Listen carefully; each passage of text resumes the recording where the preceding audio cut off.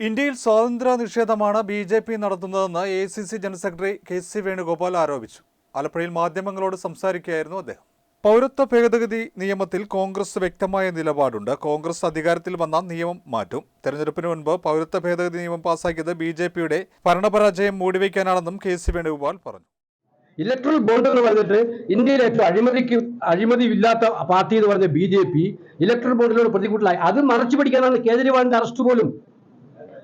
നിങ്ങൾ മാധ്യമപ്രവർത്തകരോട് എനിക്ക് പറയാനുള്ളത്, എന്താണ് മാധ്യമപ്രവർത്തകരുടെ മുന്നിലുള്ള ഇപ്പോഴത്തെ ചോദ്യം? ഇന്ത്യ രാജ്യത്ത് ഈ സ്വാതന്ത്ര്യം നിലനിൽക്കുമോ?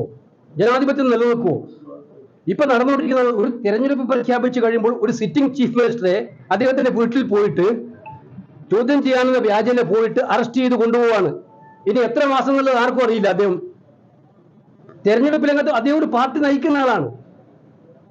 അപ്പൊ ഇത് ഏതെങ്കിലും ഭരണപക്ഷത്തിൽ ഒരു ആർക്കെതിരെ കേസ് ഉണ്ടായിട്ടുണ്ടോ? ഇന്നിപ്പോ ഞാൻ മനോരമ പത്രത്തിൽ കൃത്യമായിട്ട് അതിന്റെ ആളുകളുടെ പേരുണ്ട്, കേസുകളുള്ളവരുടെ പേര്. ആ കേസുകളുടെ പേരിലെ പേര് അവരെല്ലാം ബി.ജെ.പി. ചേർന്നു. ആ കേസ് എന്തായി?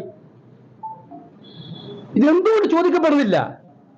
ഈ രാജ്യത്ത് ഇന്നലെ ഞങ്ങൾ ഇലക്ഷൻ കമ്മീഷനെ കണ്ടതാണ്. എല്ലാ പാർട്ടി, ഇന്ത്യ മുന്നണിയിലെ പാർട്ടികൾ എല്ലാവരും കൂടെ ഇലക്ഷൻ കമ്മീഷനെ കണ്ട് പറഞ്ഞതാണ്, ഇന്ത്യ രാജ്യത്ത് ജനാധിപത്യ രീതിയിൽ തെരഞ്ഞെടുപ്പ് എന്ന് പറഞ്ഞാൽ എല്ലാവർക്കും സ്വാതന്ത്ര്യമുണ്ട്. ഇപ്പൊ ഞങ്ങൾ പറഞ്ഞ ഒരു പ്രധാനപ്പെട്ട കാര്യം, പോലീസിനെ നിയന്ത്രിക്കാൻ ഇലക്ഷൻ കമ്മീഷൻ അധികാരമുണ്ട്, നിയന്ത്രിക്കാറുണ്ട്.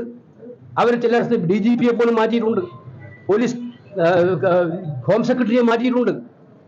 സത്യത്തിൽ ഇപ്പോൾ income tax officers, CBI officers, അതുപോലെ തന്നെ ED ഓഫീസേഴ്സ്, അവരെ നിയന്ത്രണമില്ലാതെ BJP-യുടെ പാവകളായിട്ട് വർക്ക് ചെയ്യാണ്. എവിടെ? Were is the level playing field four election? ഇലക്ഷന് വേണ്ടിയിട്ടുള്ള ഒരു ലെവൽ പ്ലേയിങ് ഫീൽഡ് പോലും ഇല്ലാത്ത അവസ്ഥയാണ്. അപ്പൊ ഇത് ഈ രാജ്യത്ത് ഉയർത്തിപ്പെടുത്തുന്ന കാര്യമല്ലേ?